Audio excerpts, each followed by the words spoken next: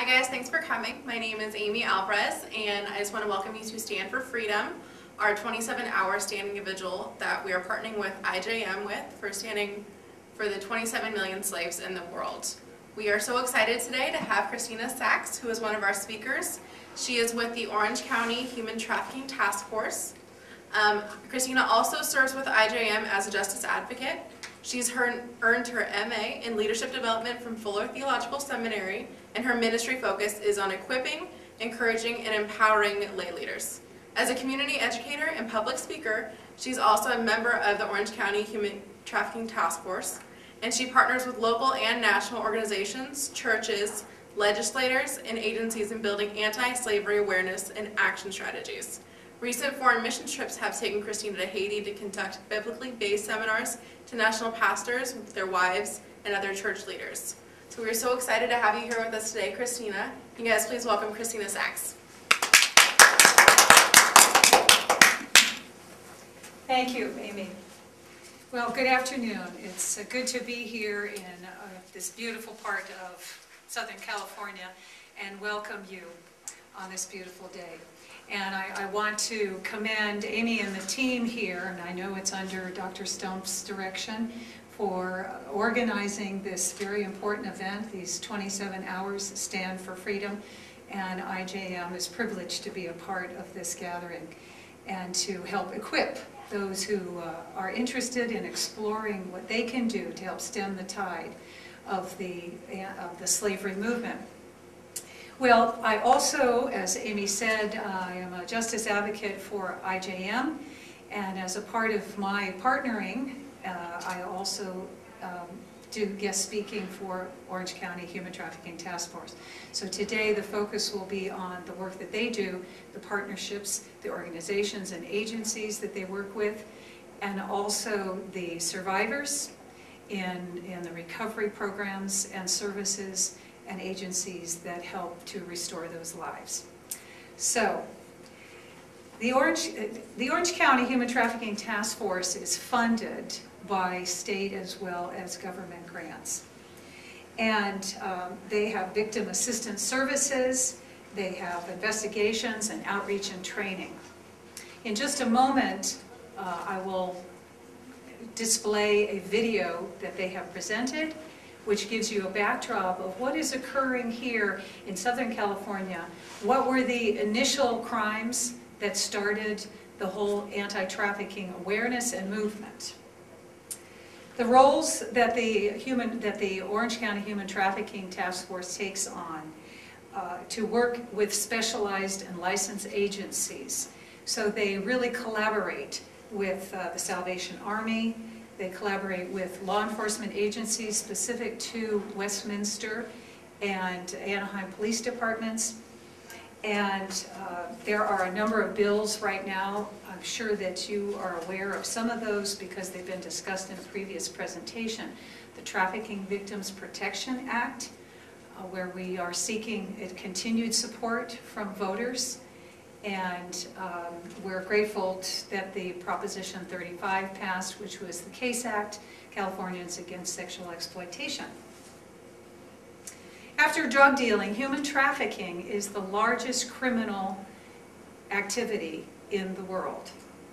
And it garners about $32 billion for the criminals.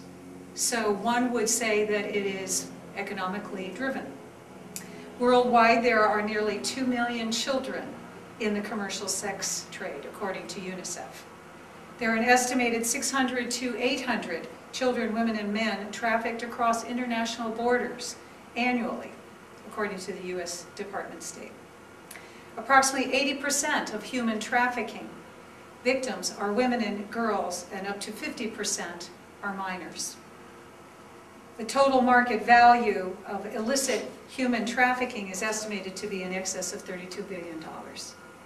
And here in the Southern California area, I will speak into the Orange County services that they have, but there are approximately 95 young women right now, some may have children, that are under aftercare programs. They're in safe homes and shelters, and they're going through a season of hope and recovery. through the good work that the Orange County Task Force is doing in collaboration with Salvation Army and a number of agencies that offer aftercare for the recovery of these survivors. So without further ado, I'd like to turn the DVD on, and you'll see, we'll watch. Everything is possible. We fly to the moon. We decode the human gene. We invent new and better technologies to create, produce, and continuously improve the quality of our lives. The world today is a global market where products, labor, and money flow in an ever-expanding search for maximizing profits. Wherever there's a demand, there will be supply. We want something, someone will make sure we get it for the lowest cost and the biggest profit. But it comes at a price. What if I told you that 27 million people are still enslaved today? Modern-day slavery has become a multi-billion-dollar business and is now the second largest criminal industry in the world. The U.S. government estimates that every year about 200,000 people are trafficked into and within the United States to be exploited as labor and sex slaves. About half of them are children. Modern-day slavery is not an overseas event. It is happening right here, right now, in your town. Human trafficking is the abuse of people through force, fraud, or coercion, making them do something they don't want to do for no money or little money in either the labor industry or into this commercial sex industry. This is about the law of supply and demand, and they don't care where the victims come from. So we need to be alert and make sure that we educate our children and that we create opportunities. The thing that makes someone at risk is not having options. I first heard the term human trafficking about a year and a half ago. I may have heard it before that, but I never registered with me. And I was listening to a new friend of mine speak about the issue, and I was embarrassed to say that I didn't know what she was talking about. We have a form of modern-day slavery in the United States. It exists. And people need to be on the lookout, and people need to be aware and educated about it. Share it with your friends. Talk about it with people at a dinner party so that people can keep their eyes open. If they see something, just pick up the phone and call 888-3737-888. And we would tell local stories of human trafficking behind gated communities in Orange County and open students' eyes to the issue locally, because oftentimes I think it was easy for students to recognize the problem on a global scale outside of the United States, but to take that next step and realize that it happens so close to home was big for me and my understanding of the issue. And I was also really shocked to learn how much our actions and our demands on goods and services that we want to buy impacts trafficked victims. And there are very few crimes I can think of, especially with women and children, short of domestic violence, that show such a degree of selfishness and greed and taking advantage of other people unreasonably than slavery. I don't think there's anyone in the world who can look at slavery and say it's tolerable or acceptable. It's outright inappropriate. This is something that has to stop, and it's only going to stop when everybody gets involved. Right now, what we encourage everyone to do is use a national hotline number, which will talk you through the things you need to go through as far as understanding the dynamics, and they'll help you understand what's going on in your neighborhood or what you're observing. That number is 1-888-3737-888. Stop slavery. You can make a difference. Call the hotline 1-888-3737-888. Or for more information, go to ochumantrafficking.org. I think the tendency is, as the Lieutenant Derek Marsh was commenting there, and also Sandy Morgan, is that we think in terms of its overseas issue. But we are a destination country, meaning that the slavery and trafficking is brought in here. But also, we have our own national epidemic going on. So if I paint a picture for you of a disgruntled young teen who maybe goes online and gets involved in a chat room relationship and is unhappy at home because perhaps there's some sexual abuse that's going on there. And so she's seeking love in all the wrong places. The average age for a young girl to enter into prostitution is 12 to 14 years old. So what's happening is there's an avenue, supply and demand, and they're extremely vulnerable. Well, a part of the work that I do is, of course, to inform, and the other part is to encourage and enlist your involvement. And during the DVD, there was mention of what the Orange County Human Trafficking Task Force does. And so I want to draw your attention to some materials that you will find and will be provided for you. And one is a sheet that describes what the Human Trafficking Task Force does. It also defines what trafficking is.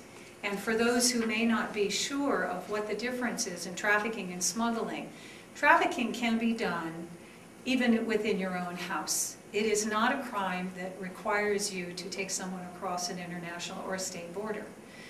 The trafficking is if there is force, fraud, or coercion for commercial sex. So it can be done by a trusted family member within your same household.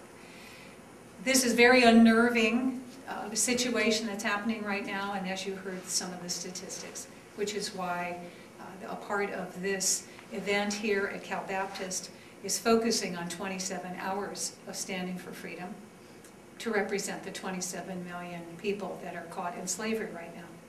So to bring this closer to home and back to some of the literature, ways that you can get involved is also described on one of the other pieces of materials here, and the kind of work that the Orange County Human Trafficking Task Force does. We also collaborate with the counties in other counties. There are actually 29 task forces up and down the state of California, and there is a task force here in the San Bernardino and Riverside areas, as there is in LA Metro. So moving into the information here that the Orange County Human Trafficking Task Force provides us. This gives you an idea. This says 40. Actually, they've condensed some of the task forces, but you can see that there is a concentration here on the western states, and then the southern states, and then around the Great Lakes and over in the east, the upper east, the northeast area. But there are also task forces that you'll see in the center of our country, and of course down in Florida as well. Any of the states that are going to be along the ocean, the major imports, exports, travel destinations, where there's easy access.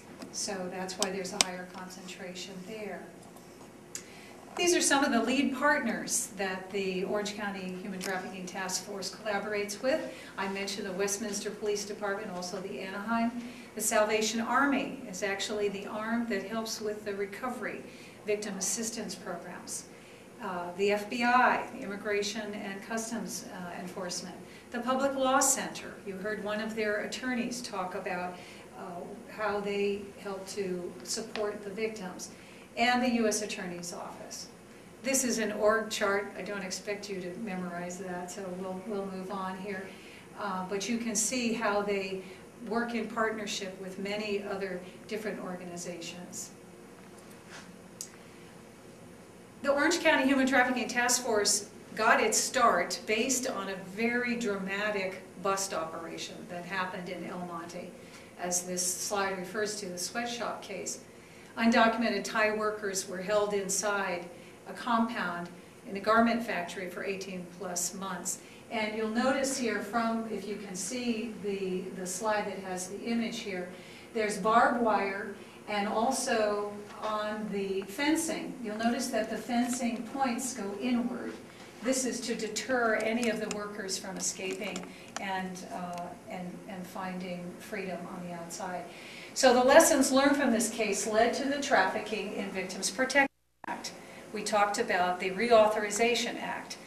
The reason that this is reauthorized is that for every 2 or 3 years, the way this bill is structured, it reassesses the needs here at home as well as globally, and there is a tier program of evaluation. What countries are trying to fight against the stem of tide of trafficking? What countries have law enforcement bills and passage of legislation that helps to deter the tide of trafficking?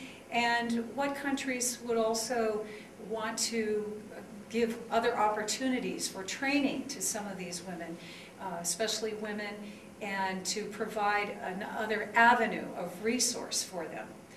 As Sandy Martin indicated in the previous video, the women will get involved because they feel as though they have no options.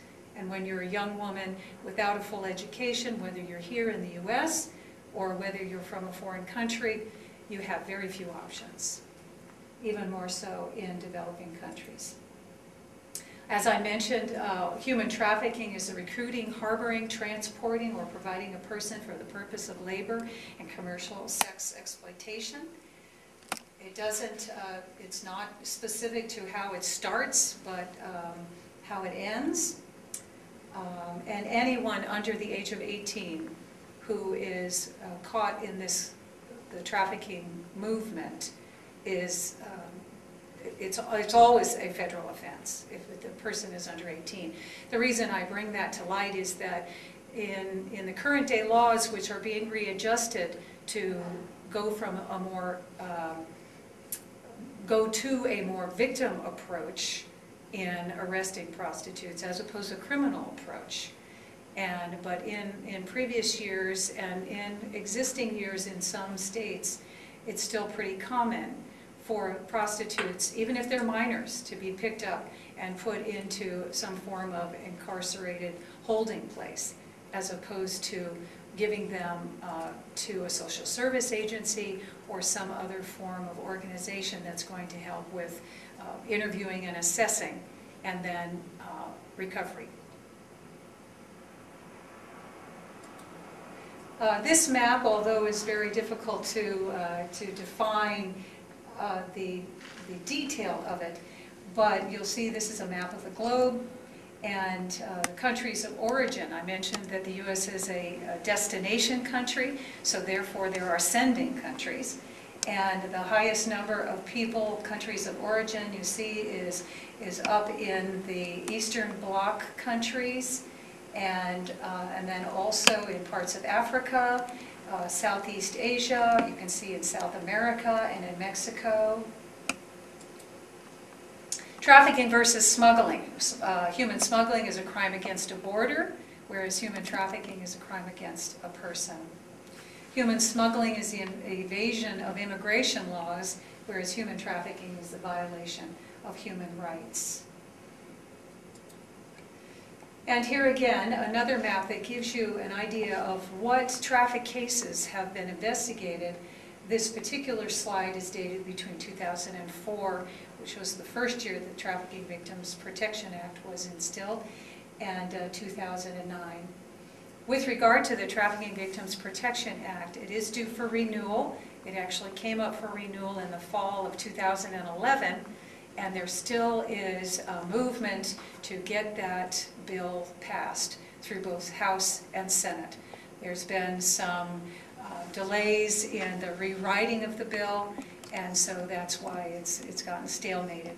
But we encourage people to continue to contact their senators, their congresspeople. We have literature here where you can complete a petition that will go to your legislator and will urge them to keep this bill alive. So that's one way that you can exercise your voice. These are a series of videos. I've actually visited to view them, and they describe the life of a rescued, trafficked victim. So in some cases, they're former prostitutes, but each of them have been brought into the life as minors. And the last one is exceptionally poignant. What I've been through is not who I am.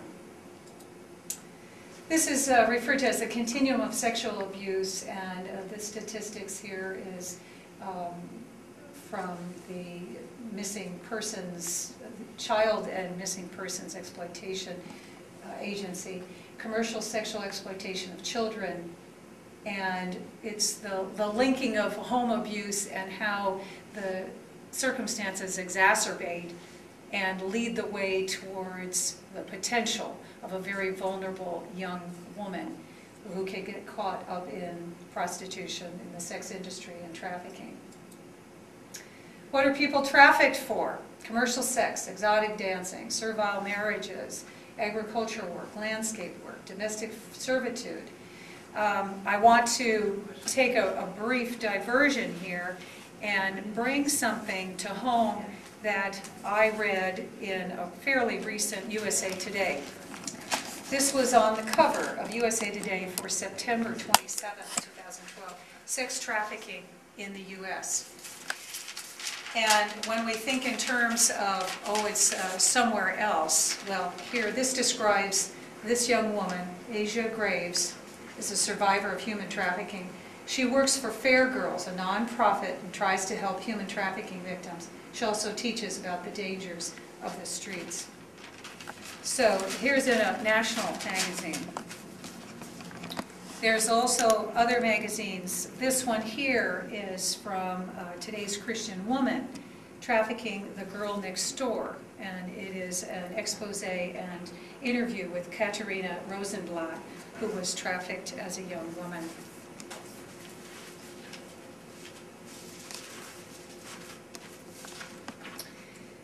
Here's an article from the LA Times. And this particular article is dated, I know it's recent because I just pulled it up, August 10th, 2012. 8 charged in alleged underage sex ring. So when we think that it may be far away that these kinds of things are happening, I'm here to advise that it's right in our own backyard. So in these cases, they've been exploited and their rights have been violated. And it's a long and arduous process for recovery, but there are many surviving victims that have gone on to be advocates, strong advocates for those who have gotten exploited, and for young girls, to give young girls hope and direction. There's the need for mentoring. And many of these survivors have started working for wonderful agencies that do the recovery process. One of them in particular is CAST LA, which is a coalition against slavery and trafficking. So moving on in our slides here. When we talk about this being a $32 billion industry, this gives you an idea of doing the math. So you can see if there's one woman who's at the very top of the line here, and she's servicing those 6 men, and the number of times she's doing that, and what she is charging, and then what she has to pay for her own upkeep, food and management fee, and then you multiply that per week, and then you multiply that per the number of weeks in a year. This particular statistic is from the Metro DC area, and you see that the dollar amount there is $33,488,000. Excuse me, that's $33,488,000. This is one of the first cases that was discovered here in Orange County. This was a domestic servitude case. And this young girl, Shima, that you see up there, was 9 at the time. She was freed when she was 12, and she was brought in as a nanny to be the au pair and the domestic for an Egyptian family. She was Egyptian. She was sold by her parents into this particular arrangement so that the parents would be paid $30 a month by the Egyptian couple that had purchased her. And when they got here to the U.S., she was living in their home in Irvine and caring for their 4 children. And she was sleeping in the garage without heat or air conditioning on a cot, and was experiencing a lot of abuse in the family environment. It was noticed by a neighbor that she was not going to school. This young woman was not going to school. And so the neighbor called the police department, and that began the sting operation, the arrest of the parents, and the recovery of Shaima. And she went through program, and in the 2 years before her case actually came to court, she learned enough English that she could represent herself in the court hearing. And she is now a college student. She's 21 years old and is looking into going into criminal justice. Traffickers, it's going to be anyone, shape, size, age, could be male or female. It's not necessarily all the dark side that you would imagine stereotypical, but that's certainly the case as well. What are recruitment methods? And you know that with today's instant social network and instant communication, that it's very easy to advertise. And it can be cloaked as one thing, and it's actually something else behind it. What puts people at risk? Financial stress, debt, war and famine, most of the developing countries. Accessible borders, so that the victim can be taken across borders. In a foreign country, they wouldn't be able to speak the foreign language. If they're taken even into another province of their own country, they may not speak the dialect of that province. Social pressure, media influence, idealized ideas about the West. The image, the media glorifies sexuality and how we dress, and our movies depict that. And so there's this whole glamorization of what the trade actually looks like, as opposed to what it really is in terms of it being a crime of exploitation. And why does it exist? Well, obviously it's supply and demand, it's money, and demand for purchasing and viewing sexual acts. Criminal penalties in many countries are less severe for human trafficking than arms or drug trafficking, and there's less accountability. What are the signs? I want to draw attention to another resource that's on your tables that is being made available to you, and it's take a few of them and carry them in your handbag, your backpack, or satchel. It describes what human trafficking is. It gives the National Hotline. That hotline is actually staffed by Polaris Project, which is an organization that works very closely with the State Department in Washington, D.C. And they're the ones who funnel the information from the hotline back to the particular district that the call came from. And then this backhand side indicates what you should look for in terms of if you suspect something, which is someone who appears controlled by someone else, who is unable to speak on their own behalf. Someone else has their documents, their ID. There may be signs of depression, violence, isolation. They're fearful for their family or themselves because they've probably been told that if they flee, that their family will be in harm's way. So please make sure that you pick that up.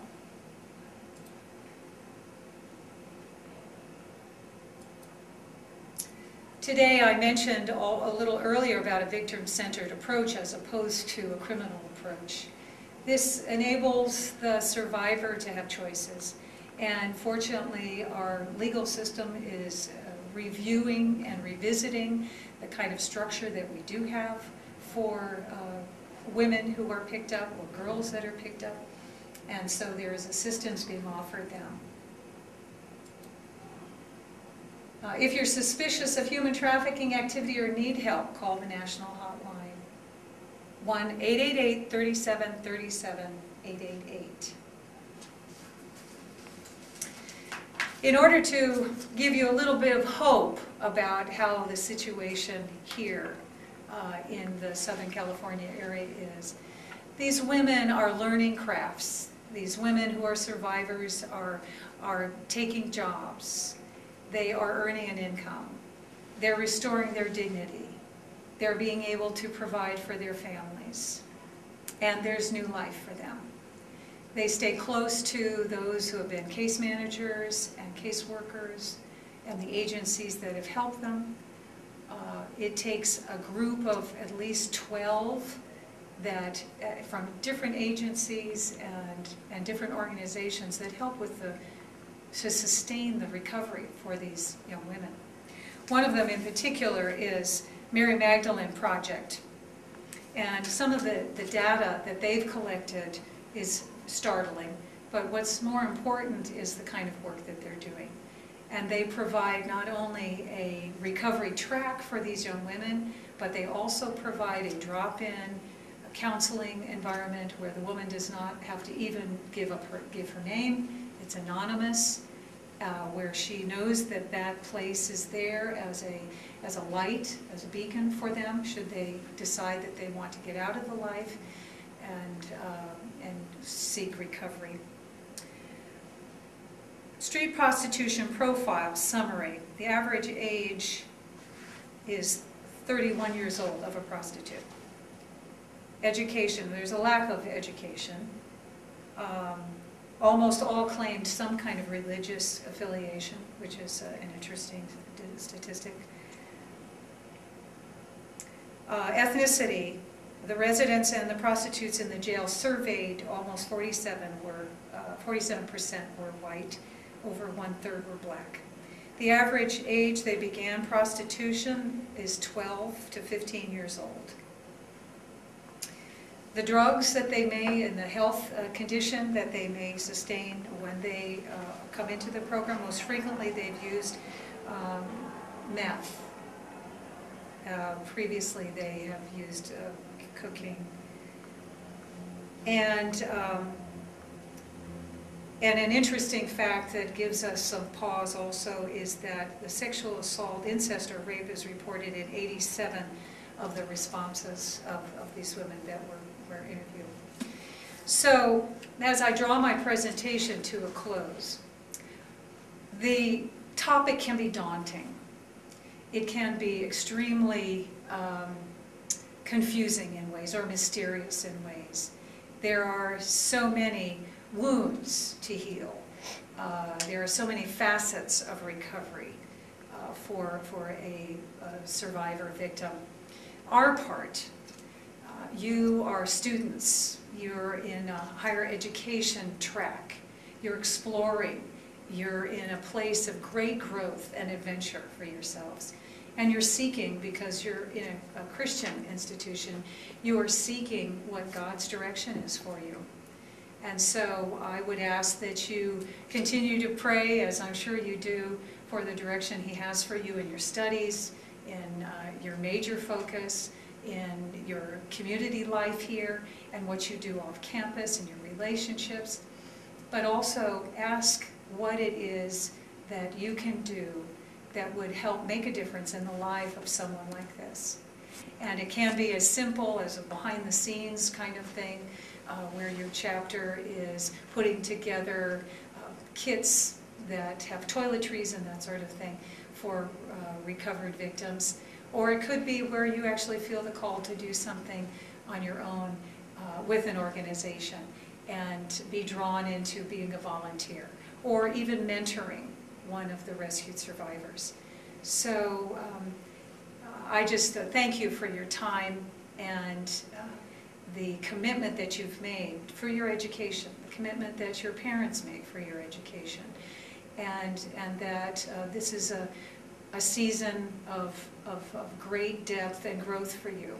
And as you contemplate what kind of career God has in store for you, may you be a light, may you be a source of joy and encouragement. May you help equip others and encourage others. So thank you very much for your time. And I also encourage you to pick up the literature that's here as well from International Justice Mission, and you'll see the work that we do. Please complete one of the petitions that goes to your legislator, and God's blessings upon you all. Thank you.